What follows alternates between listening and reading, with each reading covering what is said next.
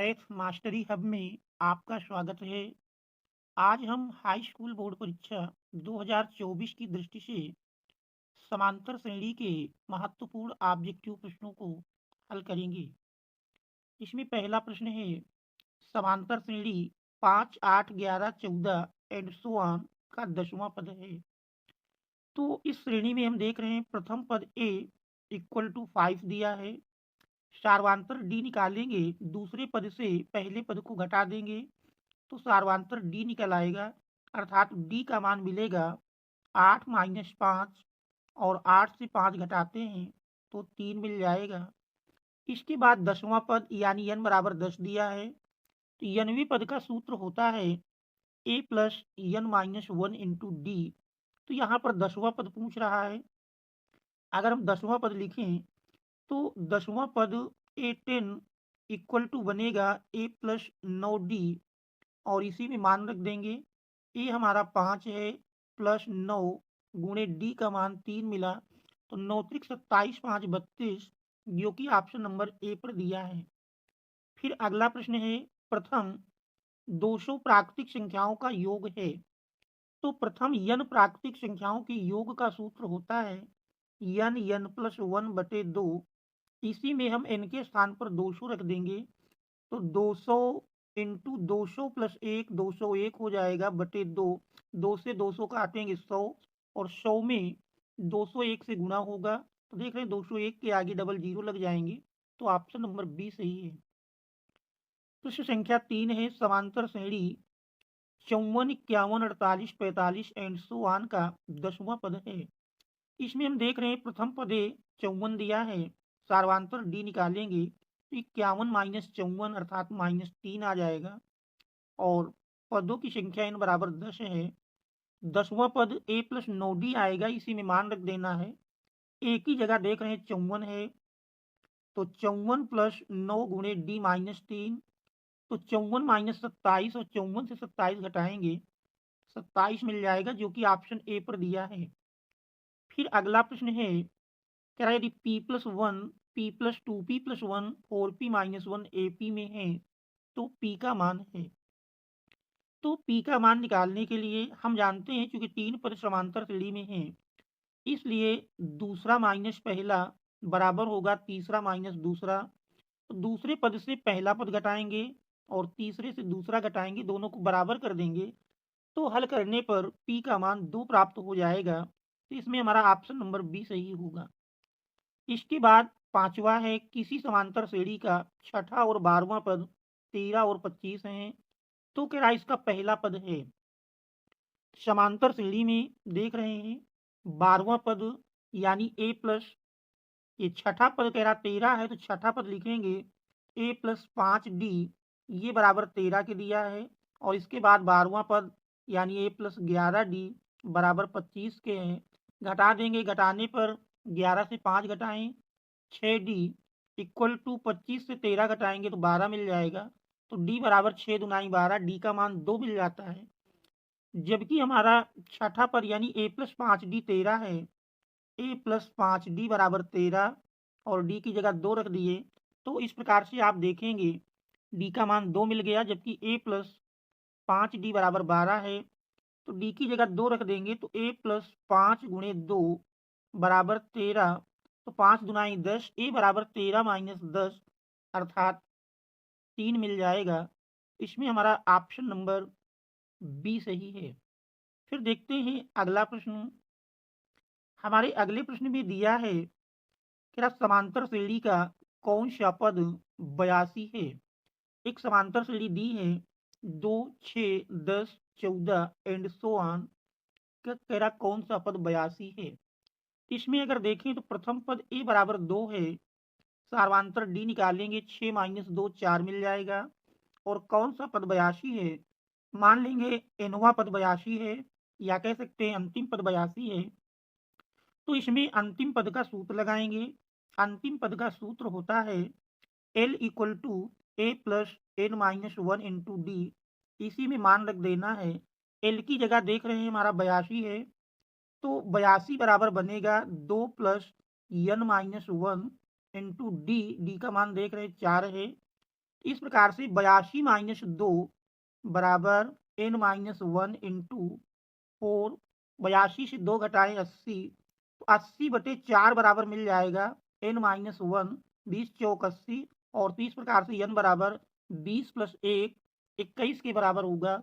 इसमें 21वां पद अर्थात विकल्प नंबर सी सही है। फिर देखते हैं अगला प्रश्न। कह रहा है यदि दो त्रिभुजों ए बी सी और पी क्यू आर में कोण ए इक्वल टू कोण पी, कोण बी इक्वल टू कोण क्यू और कोण सी इक्वल टू कोण आर, चार ऑप्शन दिए हैं। तो देख रहे हैं दो त्रिभुजों के तीनों संगत कोण क्रमशः बराबर हैं, इसलिए दोनों त्रिभुज समरूप होंगे। जैसे ए बी सी के संगत पी क्यू आर दिया है, तो इसमें हमारा विकल्प नंबर डी सही होगा। आप देखते हैं अगला प्रश्न। 8वें प्रश्न में समांतर श्रेणी 72, 63, 54 एंड सो ऑन का कह रहा कौन सा पद शून्य है। इसमें मान लेंगे अंतिम पद अर्थात यनवा पद शून्य है। फिर अंतिम पद का सूत्र लगाएंगे। तो इसमें देख रहे हैं प्रथम पद ए बराबर 72 है, सार्वांतर डी निकालेंगे, 63 से 72 घटाएंगे तो इस प्रकार से -9 मिल जाएगा। और कौन सा पद शून्य है, हमने मान लिया इनवा पद या अंतिम पद शून्य है। तो अंतिम पद का सूत्र लगा देंगे। अंतिम पद का सूत्र होता है L = A + n-1 into D. इसी में मान रख लेना है। अंतिम पद यल बराबर हमारा शून्य है, ए का मान देख रहे हैं 72 दिया है, तो मिल जाएगा 0 = 72 प्लस n-1 इंटू डी की जगह -9। और सरल करेंगे तो सरल करने पर हम पाएंगे 72 लेफ्ट हैंड साइड में लाएंगे तो -72 बटे -9 बराबर n-1, तो 9 × 8 = 72। इस प्रकार से n बराबर 8 + 1 अर्थात 9 मिल जाएगा। इसमें हमारा विकल्प नंबर बी सही है। फिर देखते हैं अगला प्रश्न। हमारा अगला प्रश्न दिया है क्या समांतर श्रेणी 21, 42, 63, 84 एंड सो ऑन का कौन सा पद 210 है।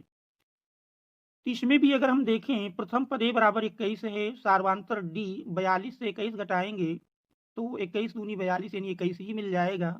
और कौन सा पद 210 है, मान लेंगे एनवा पद या अंतिम पद 210 है, तो यल बराबर 210 हुआ। और इसमें हमको n का मान ज्ञात करना है। फिर वही सूत्र लगाएंगे L = A + n-1 into D. इसी में मान रख देना है, L की जगह 210 बराबर A का मान 21 प्लस n-1 इंटू डी की जगह देख रहे हैं 21 मिला। सरल कर लेंगे तो 210 - 21 बटे, तो इस प्रकार से 210 - 21 बटे, और देख रहे हैं इसमें जो हमारा सार्वांतर है वो भी 21 के बराबर ही मिलता है। तो 210 - 21 बटे 21 बराबर n-1। तो 21 दाहमा 210, तो 10 - 1 बराबर n-1। तो इस प्रकार से -1 कैंसिल कर दें तो n बराबर 10 मिल जाएगा, अर्थात 10वां पद सही है। इसके बाद फिर पूछ रहा समांतर श्रेणी -40, -15, 10, 35 एंड सो ऑन का 10वां पद है। तो इसमें देखिए तो प्रथम पद ए का मान -40, सार्वांतर डी निकालेंगे तो -15 से 40 -40 घटाएंगे, सार्वांतर डी मिल जाएगा। और क्या कह रहा है 10वां पद यानी n बराबर 10 दिया है। अब हमको 10वें पद का मान निकालना है, तो सूत्र लगा देंगे an = A + n-1 into D. इसी फार्मूले में रख करके हम सरल करेंगे। ए का मान देख रहे हैं -40 है, सार्वांतर डी -15 से -40 घटाएंगे तो इस प्रकार से इसका मान मिल जाएगा। अगर इसका मान देखें तो 25 के बराबर आ जाएगा। और n का मान 10 है, रख करके सरल करेंगे तो देखेंगे 10वें पद का मान 185 के बराबर आ जाएगा। तो इस तरह से ऑप्शन डी सही होगा। ठीक इसी प्रकार प्रश्न संख्या 11 है। 11 में लिखा है AP -3 फिर -1/2 है। इस पर जो दिया है -1 लिखा है, तो ये मान हमारा -1/2 के बराबर होगा। तो श्रेणी है -3, -1/2, -2 एंड सो ऑन का कह रहा 11वां पद होगा। तो इसमें प्रथम पद a बराबर -3, a का मान अगर देखें तो इसमें हमारा a बराबर -3, और इसके बाद d अगर निकालेंगे तो d का मान मिल जाएगा दूसरा पद माइनस पहला पद, अर्थात -1/2 से -3 घटाएंगे तो माइनस माइनस प्लस बन जाएगा। सरल करते हैं तो डी का मान मिल जाएगा, लास्ट वाली है 2, तो -1 प्लस 3 दूनी 6 यानी 5/2 के बराबर डी का मान आ जाएगा। और इसमें देख रहे हैं पूछ रहा है 11वां पद, अर्थात n बराबर 11 है। तो 11वें पद के लिए सूत्र लगाएंगे, हमारा सूत्र होगा a प्लस 10d, और इसी में रख करके सरल कर लेंगे a और d का मान। तो देख रहे हैं a का मान जो दिया है हमारा -3 है, तो -3 प्लस 10 गुणे डी का मान देख रहे हैं आया 5/2। तो इस प्रकार से 2 पंचे 10 और 5 पचा 25 से 3 घटा देते हैं, 25 से 3 घटाएंगे तो इस प्रकार से ये मिल जाएगा,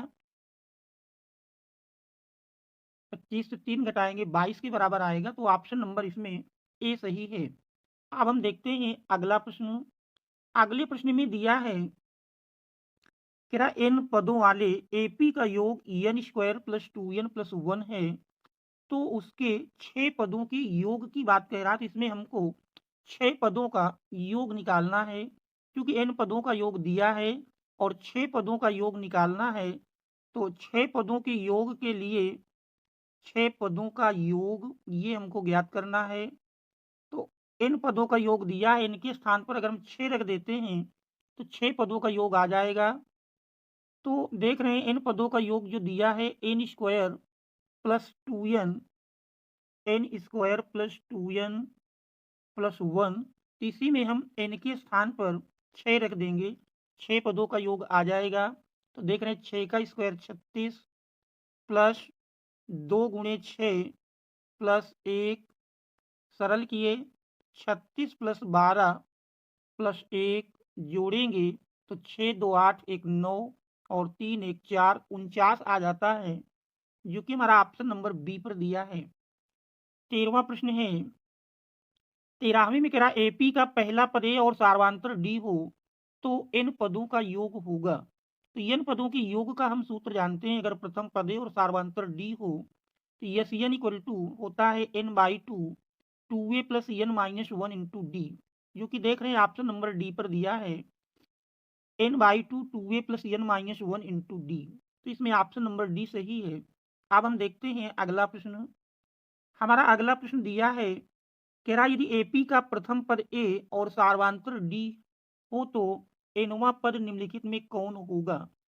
तो एनवा पद एन इक्वल टू आपने पढ़ा a plus N minus 1 into d, जो कि देख रहे हैं ऑप्शन नंबर बी पर दिया है, तो ऑप्शन बी सही है। फिर देखें अगला प्रश्न, क्या निम्नांकित में कौन समांतर श्रेणी में है। तो अगर हम पहले विकल्प में देखें 2 4 8 16, तो इसमें देख रहे हैं 2 में 2 जोड़े 4, 4 में 4 जोड़ने पर 8 मिलता है, अंतर समान नहीं इसलिए समांतर श्रेणी नहीं है।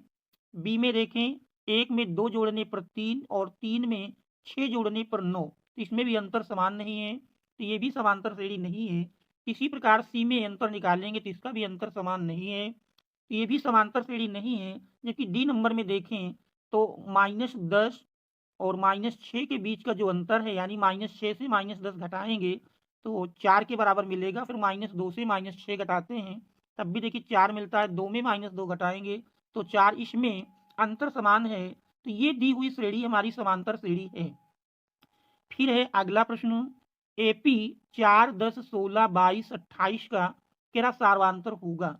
सार्वांतर जानते हैं दूसरा माइनस पहला, यानी 16 से 10 घटाएंगे तो बराबर मिल जाएगा 6 के, तो इसमें ऑप्शन नंबर बी सही है। फिर है अगला प्रश्न, हमारा अगला प्रश्न दिया है, अगले प्रश्न में कह रहा है एपी 2 5 8 11 का 9वां पद होगा। तो श्रेणी में देख रहे हैं प्रथम पद ए बराबर 2 दिया है, प्रथम पद ए का मान 2 है, सार्वांतर निकालेंगे तो 5 माइनस 2 अर्थात 3 मिल जाएगा, और 9वां पद पूछ रहा है तो इनका मान 9 है। 9वें पद का सूत्र लिखें, तो 9वें पद का सूत्र बनेगा ए प्लस 8d, और इसी में हमको मान रख लेना है, ए का मान 2 है तो 2 प्लस 8 गुणे 3 8 3 24 2 26, तो इसमें हमारा ऑप्शन नंबर डी सही है। इसके बाद अगला प्रश्न है, एक समांतर श्रेणी 4 10 16 22 28 का सार्वांतर होगा। सार्वांतर जैसा कि हम जानते हैं दूसरा पद माइनस पहला पद, तो 10 से 4 घटाएंगे तो 10 से 4 घटाने में 6 मिल जाएगा, जो कि ऑप्शन नंबर ए पर दिया है। फिर देखते हैं अगला प्रश्न। हमारा अगला प्रश्न है, क्या किसी एपी का दूसरा पद और पहले पद का अंतर कहलाता है? हम जानते हैं दूसरे पद और पहले पद के अंतर को सार्वधातुक कहते हैं, जिसको डी से प्रदर्शित करते हैं। इसमें हमारा ऑप्शन नंबर बी सही है। फिर अगला प्रश्न है, अगले में क्या एपी का सार्वधातुक धनात्मक, ऋणात्मक या खाली स्थान हो सकता है? तो धनात्मक दे दिया, ऋणात्मक या, अब बचा शून्य। तो धनात्मक, ऋणात्मक या शून्य हो सकता है। फिर अगला प्रश्न है, क्या एपी के पी पदों का योग क्यू है और क्यू पदों का योग पी है? तो पी प्लस क्यू पदों का योग होगा। इसमें हमको करना ये है कि मान लेंगे प्रथम पद ए और सार्वधातुक डी है, तो पी पदों के योग का सूत्र लगाएंगे। तो पी पदों का योग, जैसे एस एन इक्वल टू हमने पढ़ा, एस एन इक्वल टू होता है N by two A plus N minus one into D. तो उसी में पी पदों के योग की बात करें तो पी पदों का योग दिया है एस पी इक्वल टू, ये कह रहा क्यू के बराबर है, तो एस पी का मान लिखेंगे तो p by two A plus p minus one into d equal to q, या two A plus p minus one into d equal to मिल जाएगा टू क्यू अपान पी के बराबर। ये हमारा एक समीकरण बन जाएगा। इसी प्रकार क्यू पदों का योग पी के बराबर दिया है S Q equal to P. इसमें भी इसी प्रकार बनाएंगे, एक दूसरा समीकरण बनेगा। इन दोनों समीकरणों की सहायता से अगर हम पी प्लस क्यू पदों का योग निकालेंगे तो देखेंगे पी प्लस क्यू पदों का योग माइनस पी प्लस क्यू मिलेगा। तो इसमें हमारा ऑप्शन नंबर डी सही होगा। इसके बाद अगला प्रश्न है, 22वें नंबर में दिया है। 22वें में कह रहा है कि यदि एपी का सामान्य पद 3n प्लस 5 है तो इसका सार्वधातुक होगा। तो अगर किसी समांतर श्रेणी का एनवा पद एक रैखिक समीकरण दिया है, तो रैखिक समीकरण में जिसे एनवा पद, तो n का जो गुणांक होगा वही हमारा सार्वधातुक कहलाएगा। तो n का गुणांक देख रहे हैं 3 है, तो इस तरह से इसमें ऑप्शन सी सही है। और निकाल भी सकते हैं, इनके स्थान पर एक रख दें, पहला पद आ जाएगा, दो रखेंगे दूसरा मिल जाएगा, फिर दूसरे से पहला घटा लेंगे तो सार्वधातुक आ जाएगा। वैसे भी कर सकते हैं। नहीं, सामान्यतः जानिए कि जो अगर रैखिक समीकरण दिया है, हमारा एनवा पद या सामान्य पद एक रैखिक समीकरण दिया है, तो जो n का गुणांक होगा वही सार्वधातुक कहलाएगा। फिर श्रेणी के खाली स्थान प्रकार होते हैं। कहने का मतलब श्रेणी कितने प्रकार की होती हैं? तो श्रेणी 3 प्रकार की होती हैं, समांतर श्रेणी, गुणोत्तर श्रेणी और हरात्मक श्रेणी। तो ये 3 प्रकार की श्रेणियां हैं। इसमें हमारा ऑप्शन नंबर ए सही है। बच्चों, यदि अभी तक आपने चैनल सब्सक्राइब नहीं किया है तो सब्सक्राइब कर लें, क्योंकि ऐसे ही वीडियो हम आगे भी लेकर आने वाले हैं। और यदि किसी प्रश्न को हल करने में कोई समस्या आ रही हो, हल ना कर पा रहे हो, तो उसको कमेंट्स में अवश्य बताएं, तो उसका हल आपको कमेंट्स में दिया जाएगा। Thanks all of you for watching.